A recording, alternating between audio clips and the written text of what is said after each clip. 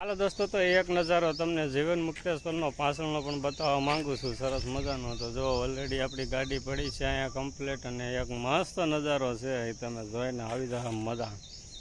મસ્ત રીતે બાવળ ઉગેલો છે, પણ એની માથે એવું ઉગેલું છે ને કે આ જે વેલ આખી તો બાવળ એટલો ઢકાઈ ગયો છે કે કદાચ અહીંયા ગમે એટલો વરસાદ આવે ને તો તમને વરસાદ લાગે નહીં, એટલું પેક થઈ ગયું. જો આખી જાડી જે છે આ વેલ જે કહેવાતી હોય, આખો વેલો પથરાઈ ગયો છે એની માથે.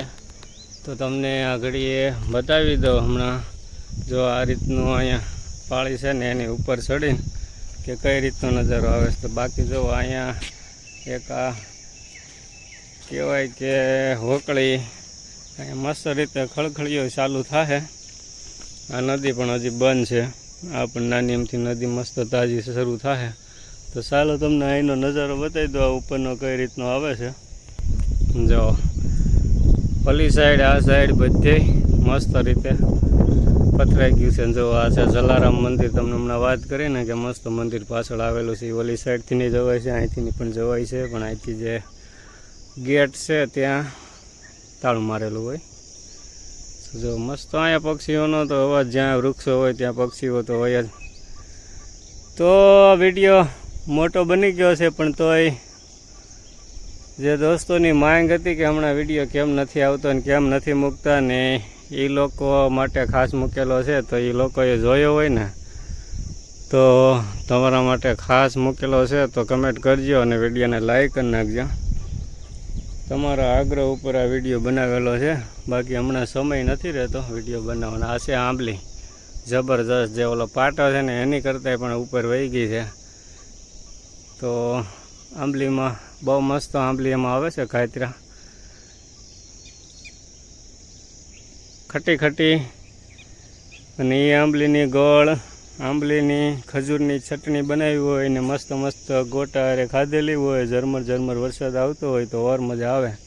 દોસ્તો, તો ફાઇનલી હવે આપણે એકદમ નીકળી ગયા છીએ ઘરે જવા માટે. તો એક મસ્ત નજારો જોયો તો જો મસ્ત ગાર્ડરો બધા અહીંયા બેસી ગયા છે. તો તમને પહેલાં વિડીયોમાં બતાવ્યું હતું પણ ત્યાંથી દેખાણા નહોતા, તો નજીકથી બતાવી દો. અને એક નજારો એવો મસ્ત છે કે તમને બહુ ઓછો જોવા મળે ને તમારે બધાને શોખ હોય તો એ લોકો કાયમિક માટે લેતા હોય એ મજા આપણે આજે લઈએ. હાલો દોસ્તો, તો તમે વન ભોજન તો રોજ ગમે ત્યાં કરતા હશો, પણ ઓલરેડી આ જો શા જો બની રહી છે ને તો શાના રસિયા જે હોય ને એ તો કમેન્ટ કરી જ નાખજો કે આ શા તમને જે સીમમાં બની હોય એ શા કેવી લાગે. તો જો એકદમ નકરા દૂધની શા મસ્ત બની રહી છે, અને એકદમ આ ચૂલા ઉપર.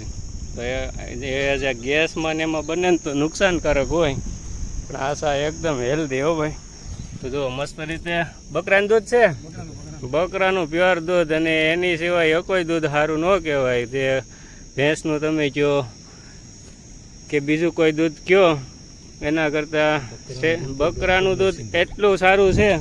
તો એ આ ભાઈ કહે કઈ રીતનું સારું છે બકરાનું દૂધ, પોતે તો બકરા રાખે છે. એ એમ કહે છે કે અલગ અલગ વનસ્પતિઓ બકરા ખાય. તો તમે કાંઈ માહિતી આપશો અમને? બોલો તમે. એક આંકડો ન ખાય, બાકી કાકરો સફેદ ન ખાય, બાકી બધું ખાય. તમે કયો કાક બીજું? આવણી,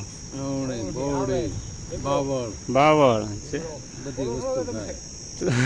તો જો આ બધા વેલા છે ને એ બધા ખાય ને, વેલામાં એટલું પ્રોટીન છે ને કે એની વાત પૂછોમાં. એ આ દૂધની દ્વારા આપણને મળે, એટલે બકરાનું દૂધ એમ કહેવાય છે કે બહુ સારું છે. બાકી ભેંસું ગાયું છે એ ખડ ને આ એવી વસ્તુ જ ખાય, પણ આ જે બકરા છે એ લીમડો, આવળી, હવાણ એવું બધું ખાય. કડવી વસ્તુ છે જે આપણે જંગલમાં જેટલી વનસ્પતિ થાય છે ને એ બધી બકરા ખાય. એના માટે દૂધ એકદમ સારું છે. અને જો મસ્ત ગરમ ચા બની રહી છે. આવો નજારો બહુ ઓછો જોવા મળે. તો આપણે જોઈ ગયા એટલે ગાડી ઊભી રાખીને અને નજારો તમને બતાવ્યો. જો દોસ્તો, ચા પીરસાઈ ગઈ છે ને જો અલગ અલગ બધી આવી ગઈ છે. ચા બધા મોજ કરી રહ્યા છે. તો જો આવું વાતાવરણનું ચાનો નજારો તમે જોઈએ. જો ફોન પણ હવે સુવિધા થઈ ગઈ છે, અત્યારે ફોન ઉપર પણ વાત કરી રહ્યા છે.